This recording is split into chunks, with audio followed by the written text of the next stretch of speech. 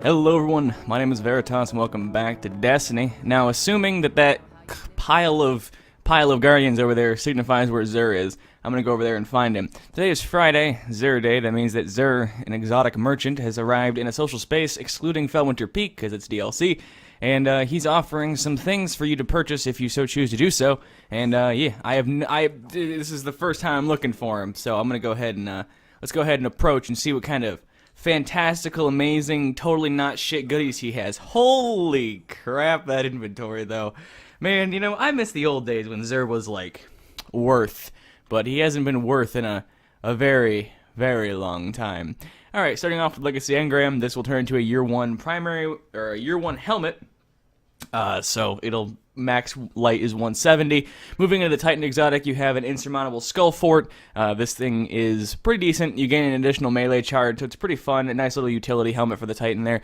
The Hunter Exotic this week is the ATS-8 Tarantella. This thing will allow you to, let's see what this thing does. Reduce arc damage from minions in the darkness, and arc grenades and arc blade recharge faster. So if it's ever an arc week and you want to run Blade Dancer for whatever reason, even though if it's an arc week you should be running Night Stalker regardless, you can go pick this up. It's a pretty bad chest piece. Aesthetically, it's gorgeous, but the perks on it are pretty bad. And the Warlock Exotic this week is the Void Fang Vestments. This is one of my favorite exotics in the game. Please don't buy it. I like being special. This thing will allow you to spawn with full grenade energy, and an Axiom Bolt gains an additional Seeker. What that means is your Axiom Bolt is kind of like fire bolts and arc bolts. Axiom bolts will scan an area when thrown and will track up to 2 enemies with little Axiom Seekers that cause void damage and explode. If you have this chest piece, you get up to 3 Seekers, so that's pretty fun there. Nice stuff. What is happening? What's going on? Why do people fucking... Oh, someone fucking tweeted me Destiny in 20... Did you say Destiny in 2016? Alright, we're gonna live tweet back one of my mods of my Twitch chat, because I said, oh shit, here's what I tweeted. I said, oh fuck, it's Friday, better go find Xur, lol. And he tweeted back to me, Destiny in 2016, lol. I'm gonna tweet back to him live on YouTube here, and be like, and say 2016 in 2017, lol. Because, you know, that's how the world works. Alright, there we go, boom. Fucking got him. Go follow my Twitter if you want to see the shenanigans that my mod and I get up to, or any other nonsense. Anyway, the weapon this week is the Fourth Horseman. This is an exotic shotgun that fires in full auto, and yeah, it's an arc damage. Let's go over the shotgun first, because I feel like it's the most important thing here, even though it's a shitty shotgun. Thunderer. This weapon can be fired in full auto, so it's a fully automatic 5 shots in a quad barrel shotgun. Don't know how that works. Bungie logic. Final round means the final bullet in this thing, or the final shell, does bonus damage. The fitted stock, hand loaded, and speed reload are the middle tree here. I would go with speed reload because the reload in this thing is abysmal. Return to sender. Kills with this weapon have a chance to grant bonus ammo to the magazine. And we have a reply to the tweet. The mod says...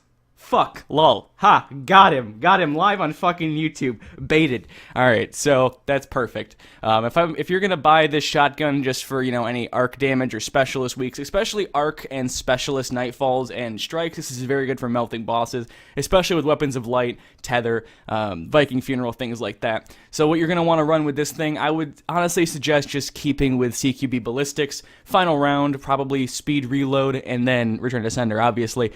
So grab this if you want to buy that. It's pretty decent, honestly, for arc specialist weeks, just because it melts bosses. Alright, moving into the actual stuff, I'm going to have to open up the thing that tells me the stat rolls on these things, even though I can pretty much tell you that this helmet is okay. Let's see here, 65 is the maximum. This is probably in the mid to high 80s, if I had to take a guess. Chest pieces, I think, go up to 86 each, so they're both pretty meh. Oh, there it is, cool. Alright, so the helmet, like I said, 89%. I was pretty much right on my money here, so 89% of the maximum possible. The possible maximum, I always do that. The chest piece is also an 89% stat roll, so it's not great, but not terrible. And this chest piece is 93%. Alright, so here we go. Insurmountable Skull Fort, improved transfusion, kills with Storm Fist immediately trigger health generation, respawn with full melee energy, and gain a second melee charge. So this, I think they actually updated this. I don't remember, but I think this is actually like a new version of the helmet. It's pretty decent. It's pretty decent. I'd pick it up if you run Striker Titan specifically. But yeah, it's pretty standard exotic helmet. It just has some fun stuff going on with its melee abilities there. Moving into the Tarantella, more focused on this thing. It does the same thing as it says in the flavor text. It's pretty bad. I really wouldn't pick this up. I wouldn't. It's not worth your time. If it's something that you would use specifically, then go ahead. But otherwise, I wouldn't even bother buying it. The Void Fang vestments, like I said, they're pretty much the same thing as what it says they do. Nothing super special. Reduces incoming solar burn damage, though. This is pretty good. This is the burn resistance that you do want. So for solar burn week, this would be a pretty good chest piece. Things like that. If it had void resistance, it'd be even better because you're probably going to be using this chest piece with void anyway. So you'd use it during void week, and if it had void burn resistance, it'd be even better. But, you know, to each their own. And then I already went over the weapons. So what I'd recommend this week, pretty much nothing. Pick up the shotgun if you don't have it yet, just because it's good for arc specialist weeks. Moving down to curios, you have the plasma drive and the void drive. Using these on a rare quality sparrow, so the sparrows you can buy from the Vanguard and Crucible Quartermasters, you can use these to upgrade those to legendary quality sparrows with blue and purple trails respectively. Moving over to heavy ammo synthesis, you have 3 for 1 and 10 for 3. Always buy 10 for 3. It's cheaper, and you get more. You get one more for free when you buy it this way. These can be used to replenish your heavy ammo entirely in like raids and such. These can also be used to trade into factions for faction reputation. I believe those faction packages drop 390 gear, so if you're a low level but have a lot of strange coins, go ahead and use this. Things like that. Moving over to 3 of coins is a stackable effect. Pretty much every 5 of these you use, you'll get an exotic engram to drop from either an ultra or a crucible match completion. If you're going to run with these, do strikes or do crucible matches pretty much at the beginning of every crucible match. Use one, the end of the crucible match will burn it. Pretty much every 5 to 7 of these you use, you'll get an exotic engram to drop. So for strikes, use one at the beginning of a strike, go all the way to the end, kill the boss. If he doesn't drop a thing, use another one. Honestly, people just use one after every boss you kill, and you'll be fine. Same with crucible matches. Don't use like 5 at once, though. It doesn't stack the effect that way. The more as you use them, it gets a greater chance of the next one getting a thing, but don't use 7 at once or something. Glass needles can be used to upgrade exotic armors, so if you really want to buy this chest piece of this helmet, and you don't like the stat rolls on it, you can go ahead, buy it anyway. Go down here and twist the fate on it. It will change the stat allocation, the amount of stats they have, and the perks. Some weapons or some armors have set perks and set stats, so this chest piece will always have discipline because it is a grenade-based exotic chest piece, so you're never going to get this with intellect and strength. You'll always have discipline on this to some degree, but you could get a perfect roll in terms of how much intellect and discipline this one has, or what have you.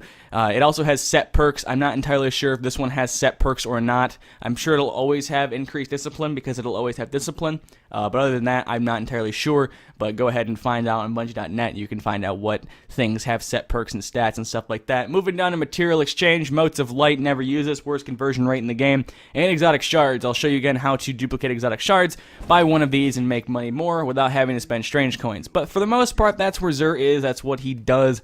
That's what he's got. He's over across from the speaker in Tower North. If you are curious, this is where he is, left of spawn.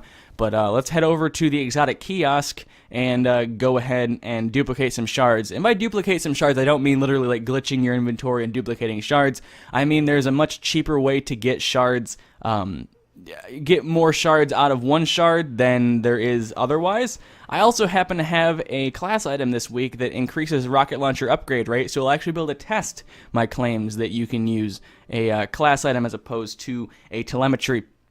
I'm very excited for that. So go ahead and use your 1 shard and a couple thousand glimmer to buy yourself a truth rocket or any year 2 heavy that isn't a sword.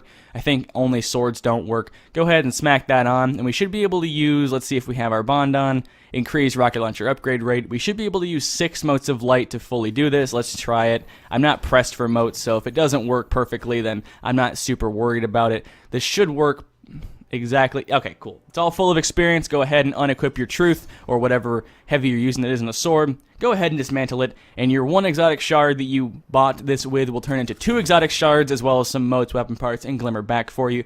That's the easiest way to duplicate shards. That's the cheapest way in the game to duplicate shards. So if you want to do that, go ahead. That's how you do it. It's the cheapest way to get shards if you are pressed for shards. That's pretty much it for me. Told you where Zur is, what he's got, what to buy. I'd recommend pretty much nothing. Maybe the Void Fang investments and the shotgun if you don't have it. But that's pretty much it. I'll see you guys on Tuesday for the weekly reset video. If you're watching this on Friday, keep an eye out on Bungie's Twitter and probably maybe even their YouTube. Or even Bungie.net, because they said yesterday in the weekly update thing that they were going to announce the roadmap for the rest of Destiny, so we'll probably see some stuff if there's like an April update type deal this year, any more content being released up until Destiny 2 later this year, or even some Destiny 2 information maybe. We don't know yet. I'm very excited. As of recording this, it'll be out in about 3 hours, so hopefully that'll be some fun stuff there. But yeah, keep an eye on their Twitter, and while you're on Twitter, go ahead and follow me, twitter.com/AtruumVeritas, link in the description. If you want to do that on Twitch as well, same name, same Twitch thing, so link in the description for that too. I stream it frequently, and yeah. So thank you guys so much for watching. If you enjoyed, rating much appreciated, and as always, until next time.